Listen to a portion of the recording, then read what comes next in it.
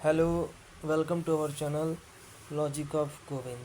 तो आज हमारे क्लास की ये सेकेंड वीडियो है जो एग्ज़ाम के पॉइंट ऑफ व्यू से काफ़ी इम्पोर्टेंट है। ओके, तो भाई चलिए क्वेश्चंस को आगे हम डील करते हैं। तो हमारा फर्स्ट क्वेश्चन है, name the part of the file marked as X. File को एक्स के रूप में चिन्हित भाग का नाम बताना है आपको। तो जो ये फाइल हमको दिखाई दे रही है उस फाइल में एक्स किस चीज़ को डिनोट करता है, हील को, टैंग को, या फिर फेरुल को, या फिर फाइल लेंथ को। तो ये जो पार्ट कहलाता है हमारा एक्स वाला पार्ट, ये एक्स पार्ट हमारा कहलाता है हील कहलाता है।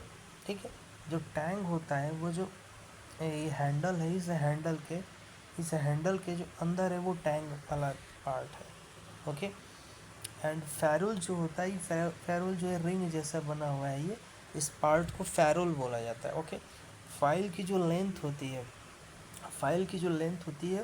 वो ये आप देख रहे हैं फाइल की लेंथ, ये जो फाइल की जो लेंथ है ये कहलाती है फाइल की लेंथ। ओके, चलिए ठीक है, नेक्स्ट क्वेश्चन हम बात करते हैं। तो हमारा नेक्स्ट क्वेश्चन है, सॉरी एक मिनट, एक ट्राई स्क्वायर है।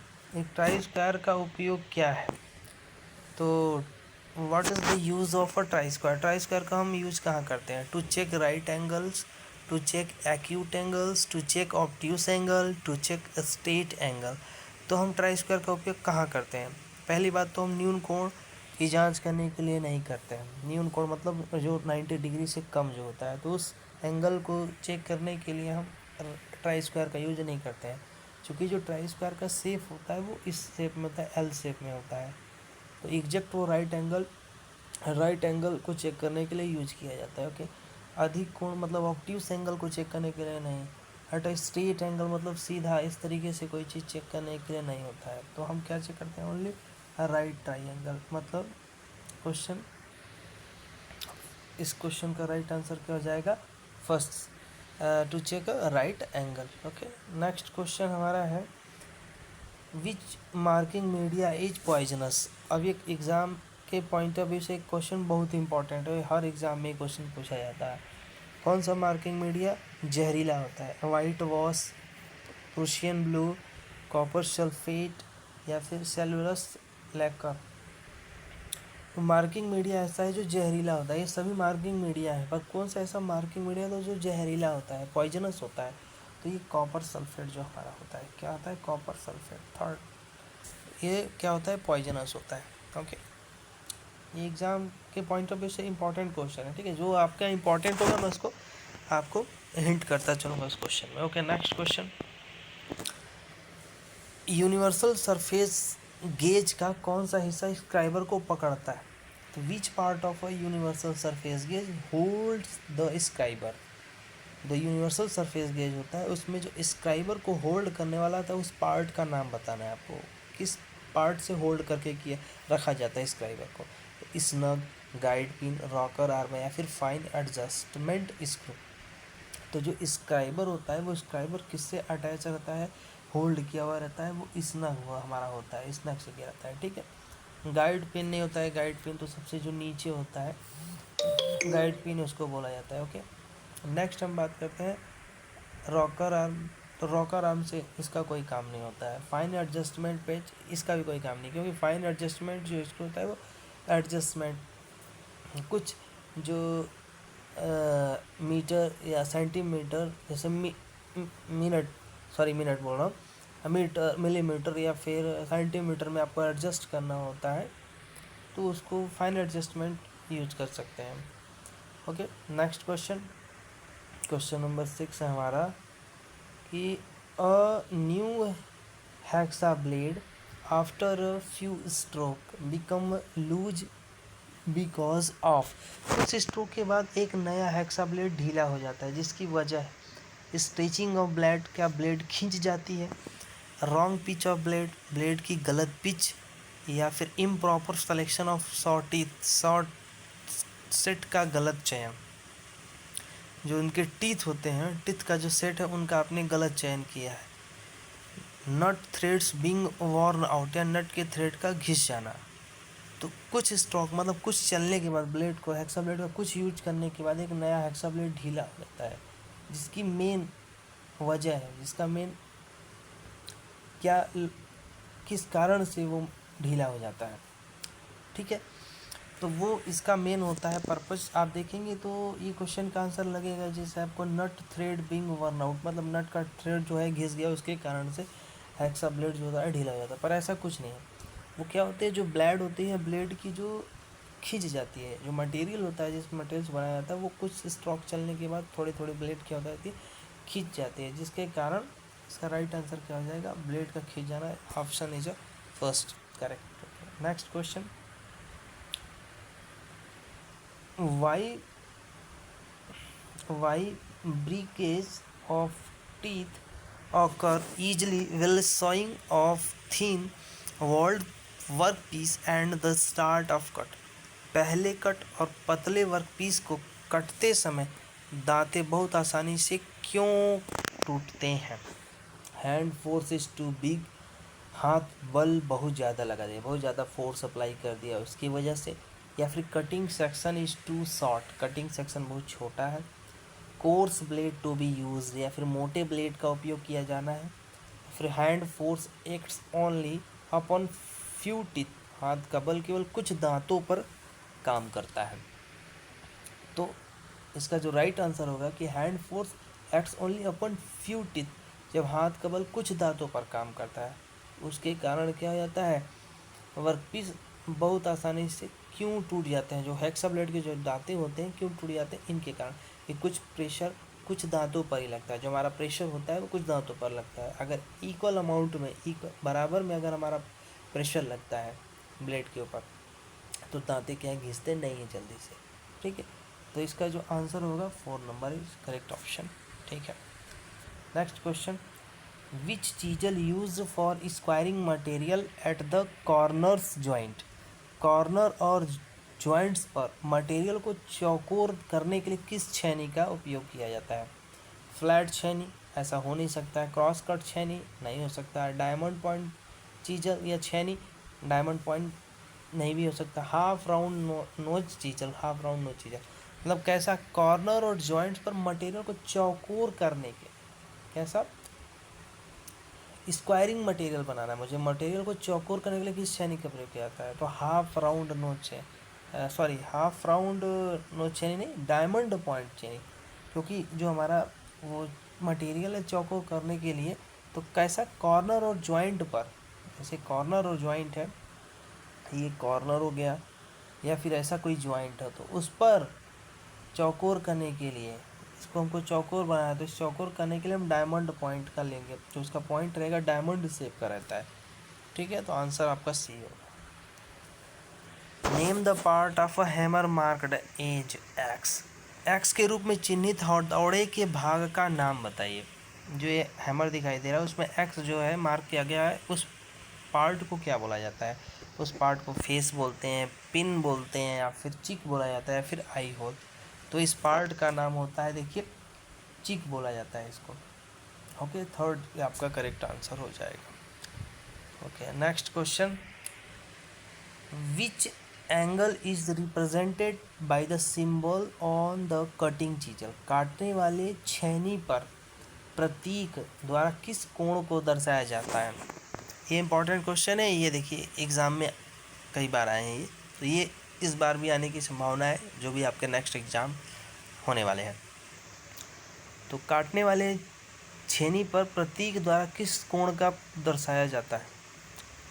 तो देखेंगे, पहले देखिए, काटने वाला मतलब जो कटिंग वाला पार्ट है, जो कटिंग करता है चीजल का पार्ट, वो चीजल किस कोण को दर्शा रहा है यहाँ पर?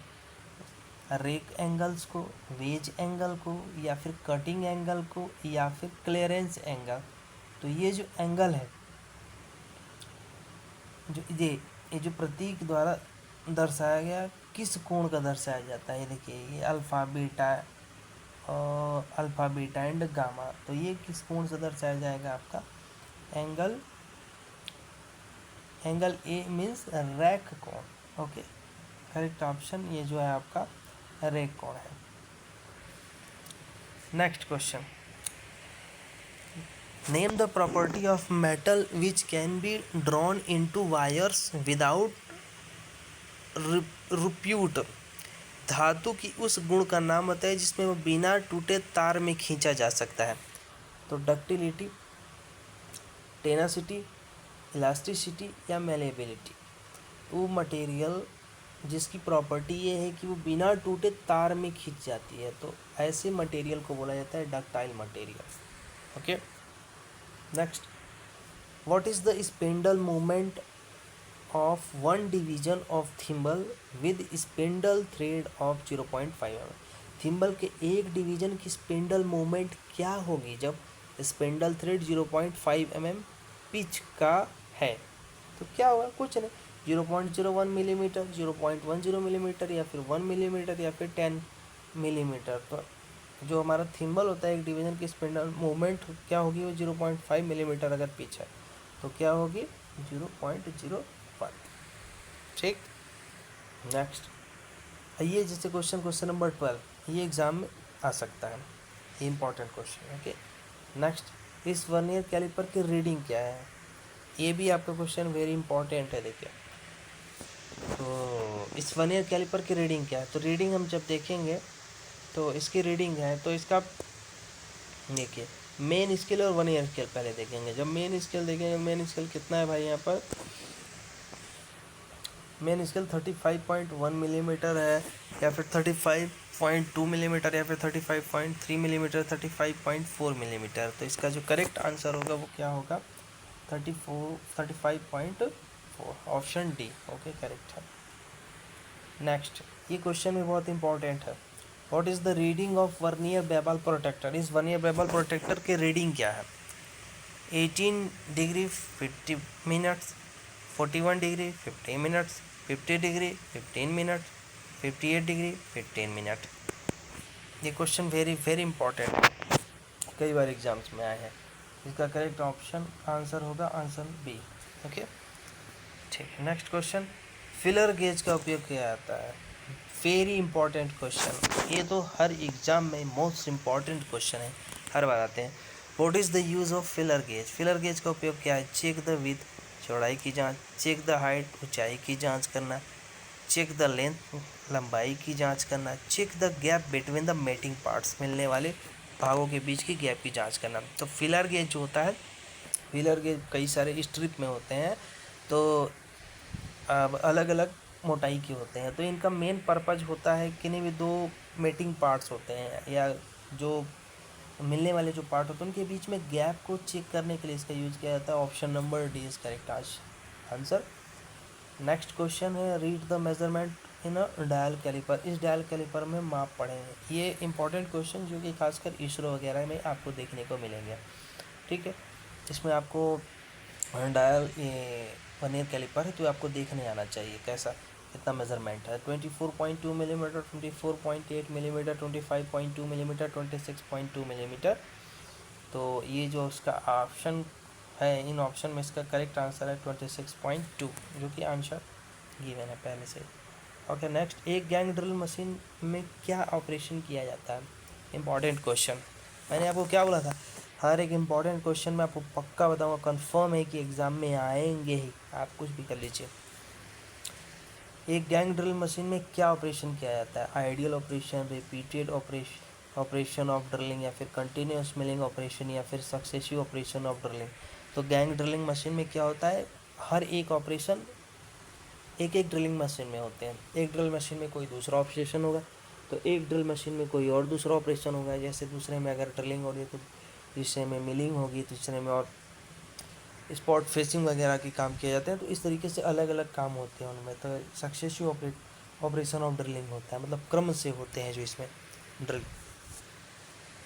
Next question, which is an integral part of the stock in vernier bevel protector? Vernier bevel protractor में स्टॉक का एक अभिन्न हिस्सा कौन सा है? वेरी इंपॉर्टेंट, ये भी एग्जाम में है, कई बार आपको देखने को मिले हैं क्वेश्चन और आगे भी मिलते रहेंगे question. Disc, dial, blade, main scale. Vernier bevel protractor में स्टॉक का एक अभिन्न हिस्सा कौन सा है? स्टॉक का, किसकी बात करिए? Vernier bevel protector. तो वर्नियर बेवल प्रोटेक्टर में एक मेन पार्ट होता है हमारे स्टॉक का, वो क्या होता है? डायल होता है। ऑप्शन बी, ठीक है। तो next question, the name the part mark as a X of the file. तो देखिए मैंने इसको पहले ही बताया था, फर्स्ट क्वेश्चन में ही था हमारे, फाइल के एक्स के रूप में चिन्हित भाग को क्या होता है, इसको फेरुल बोला जाता है। तो देख के ऐसे डायरेक्ट आप बता सकते हैं, सब इजी क्वेश्चन हैं। Okay, next question, which file is use to make the job close to finishing size. Job को फिनिश साइज के करीब लाने के लिए किस फाइल का उपयोग किया जाता है, single cut file, curved cut file, second cut file या डबल कट फाइल। मतलब जॉब को क्या करना है, फिनिश साइज के करीब लाना है। ओके, फिनिश साइज, फिनिश करना है।